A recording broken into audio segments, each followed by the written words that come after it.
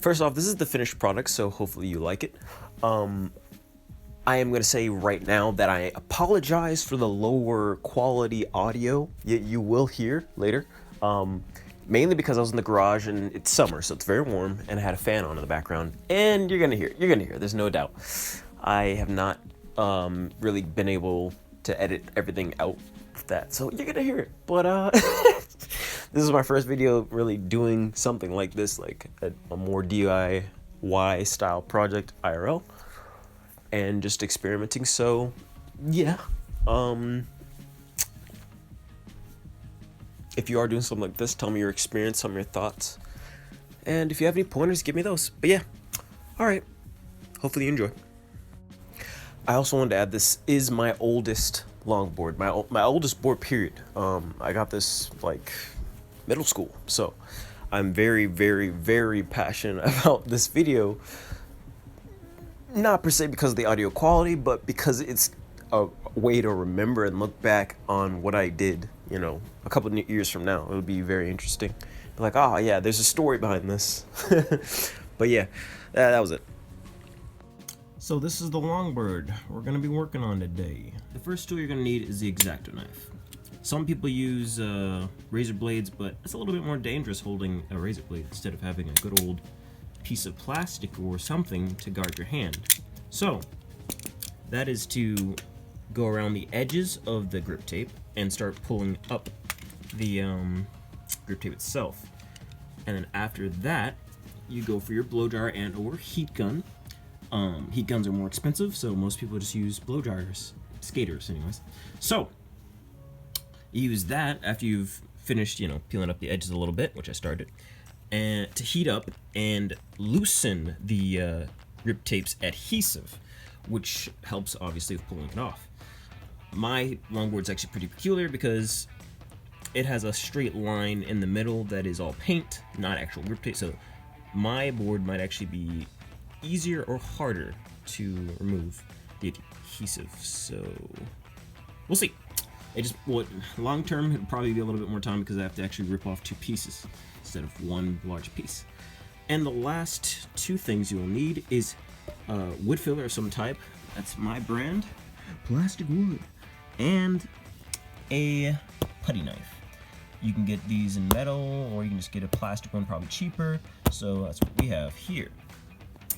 That is going to be the last thing you do, and you're not going to do in your house. So, I mean, unless you lay out a tarp or something that can get excess, and, you know, sandpaper, which I don't have, but you'll need sandpaper as well after you've gotten plenty of putty, but we'll show you. So let's get started. Okay, so I've cut, angled from here all the way down here, so you can see it a little bit. There's a bit of bend to it. Not easy to see on the camera unless I get really close. So you can see it's up a little bit. So now I'm gonna get the blow dryer and turn on this sucker and heat it up and try to pull it back slowly. So that's the plan. It's gonna be loud, so I'm just gonna turn it off. So far, so good. I've gotten it pulled back. It was actually pretty easy. The adhesive is nice and still sticky-ish. I held on the fan for maybe on the hottest setting for about maybe a minute. And yeah, it's coming up nice. The board's looking nice and clean on the bottom. It has some adhesive, of course, there, but yeah, this is gonna be nice. The progress is insane. It's pretty quick. I probably won't be showing, you know, the left side when I'm taking it off. I'll show just the end so you can see what it looks like, but it is so simple. By the way, I didn't say that you can prop up your tape because it'll re-stick a little bit, the adhesive. So you can prop it up by sticking your blade under it, or stick, whatever you have. Because if you do use a razor blade, which I don't suggest, I mean, yeah, it'll work. Cutting it, but not sticking it under there. So yeah, good progress. It's pretty cool. Yeah, almost entirely removed. Just a little tab right there. I'm gonna be extra careful with that just to make sure that I can get it off there. So for the most part, it's off, but along with going from the top to here, there'll be a little bit of an excess, and for the excess, you just casually go underneath and cut it up. It's harder to do with one hand, but I want to demonstrate for a little bit how you go about it. Yep. You just mosey it on off.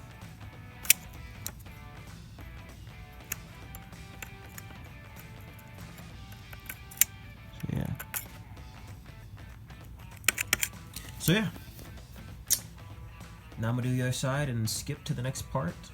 Yo, the board's looking pretty clean with the crispy wood. But yeah, grip is off, the grip tape entirely on both sides. That one ripped. But yes, okay, now the fun really begins, right? So with all the wood filler, I'm gonna end up doing this. Yeah, I didn't see this. There's a story to this, and in short, I went down a hill and wanted to stop myself, and this happened. Pretty nice, huh? So we're gonna put some wood filler here, try to even it out, file it down with the sandpaper, and also in the front, I received some damage, mainly from friends riding the board. Also right here, there's a little bit of water damage, so we're gonna have to seal that. But right here, the front tip, get that re-smoothed out and get that nice peak that I used to have. And yeah, I think, unless it'll compromise the board, I think I'm just gonna leave this underneath the new grip tape, which won't be for a while. For you guys, it'll be instant, but for me, it's gonna be at least a couple weeks until I can get the new grip tape in. So yeah, but yeah, probably gonna leave this on there. It's just paint, so it should stick really well with the new grip tape. So yeah, that'd be a cool little design. I'll look back at if I ever get new grip tape for it, but I probably won't. I probably won't use this board as heavily as I did because I have so many other boards. But yeah. Alrighty, so I did put some of the wood filler onto it. As you can see, it looks like putty stuck onto it. This is my first time trying it out, so hopefully I put it on decent enough. It is grooving the way it wants to, a little bit, but I'm gonna leave it be, sand it down. If I need to do another layer, I'll do another layer. So I have to wait 24 hours until I can start sanding, so I'll see you tomorrow at around the same time. So yeah. Okay, so I got some sandpaper, 150 and 240. That, the light is not the best. Here we go. That I was starting to use, but I was starting to realize how long it was going to take for me to actually file this thing down. So I actually ended up using something handy that my dad had hanging around, a electric sander. Now these things probably go for probably 100 upwards. So if you can get one of those, you know, the method I went for was extra excess. So if you don't want to end up doing that and you just want to, you have some sandpaper hanging by, you know, maybe do less. But most of the people that actually do this stuff always say put excess on it so you can bring it down and I'll have it at level. Problem is, yeah, I have air bubbles. I have a couple of air bubbles. So here's the top, and here's the damage on the bottom. It looks a lot less severe on video, but I'm gonna have to end up filling all these cracks and crevices. And there's a few cracks on the side too.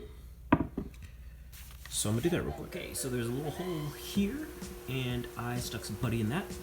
It's wood filler, but I'm calling it putty because it kind of works like putty. I laid out some right here too, and all those spots that you saw a few moments ago with cracks, and I pushed it in there real good and the cracks and crevices on both sides. Now I'm gonna wait, another 24 hours, and pretty much by it's gonna be more than 24 hours because I'm gonna yeah. It's gonna be late basically once it reaches that. So the next after tomorrow I'll be back at this. So look forward to it. So the progress. I used a chisel and a mallet to get all that guck water damage out. Didn't really show the process, but I mean it's kind of straightforward. And then over here I added the good old wood filler to the tip. I'm gonna round that out after it dries up in 24 hours, and I'm gonna smooth that out on the bottom of the board 24 hours. And I went back on, and you can see it's pretty smooth to the kicktail, which by the way I did not mention the title of what this is, but yeah, back of the board kicktail on this board anyways, and smoothed it out pretty good. Still has a couple of holes here and there, so it's a patch job. I'll do it, but overall you can see the dimensions of it. This is looking pretty. Well, you don't know the original board, but you can generally tell. It looks kind of like it looks right, proportions wise, because it is proportionally right. So yeah, give another update soon. Grip tape still isn't in yet, so yeah, some time has passed, and last time you checked, this was just laid on, puttied. Now it's nice and flat and smooth right across it. Maybe a little bit more smoothing, but it's good. It's essentially good now. But on the tip here, the little tip, yeah, we're gonna have to fill that one back up. And do a little bit of work on that. But all in all, though, it's a pretty good start to make the fill holes. And I'm probably gonna probably smooth the point down maybe a little bit. We'll see. But so far so good. I'll be back soon. Forgot to show the prior layer I put onto it, but it just looked like another layer. Smoothed it out, looking pretty good. Looking, not perfectly smooth, but looking pretty good. Feels great. Definitely with the tip. It's starting to get that shape I wanted, and it doesn't have a buttload of cracks, so or holes, gapes. So that's pretty good, and it stays at level so far. Definitely gonna have to shave it down a little bit more maybe, but it's getting towards the point. Shaping it out maybe a little bit more, but a little bit less square or geometry like, smooth. Tail, same did. I put some stuff on top. There's some more stuff I can smooth out, but it's a little darker now, so I'm just chilling out. Little things here I'm gonna fill up over time, and like the edges, I'm gonna definitely put some stuff on these edges. I just want it to be fully intact. So yeah.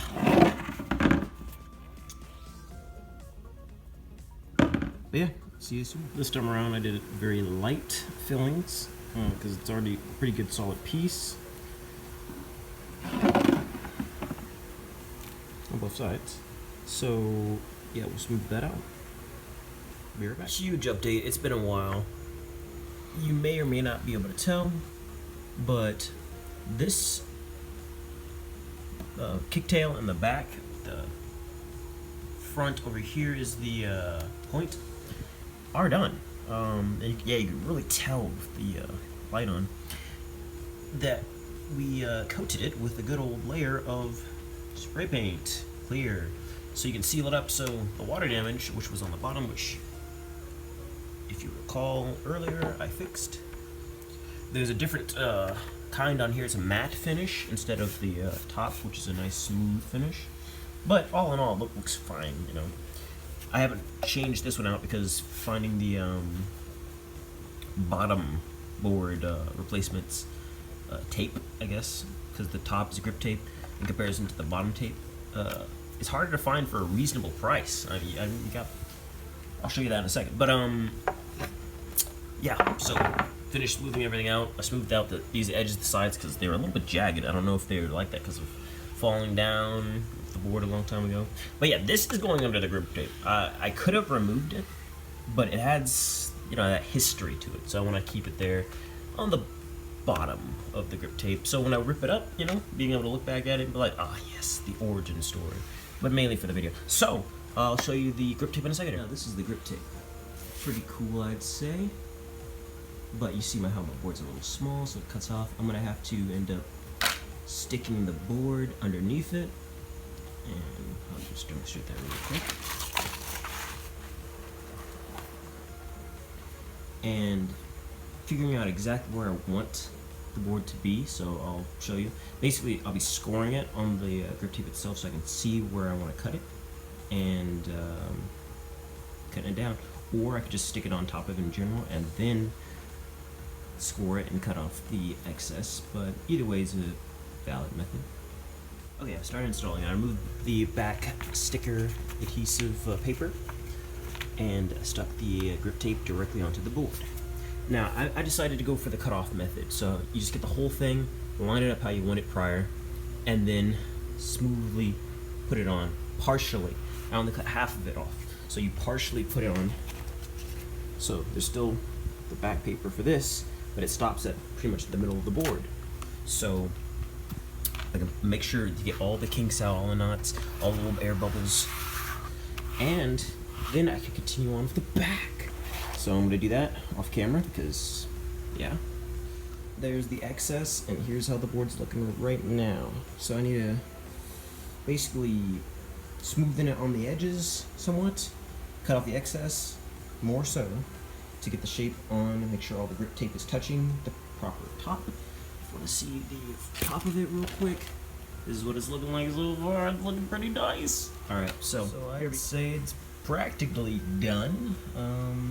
One important thing left to do. So I'm gonna show you guys this just so you don't forget. Just in case this is your first tutorial, which there are several.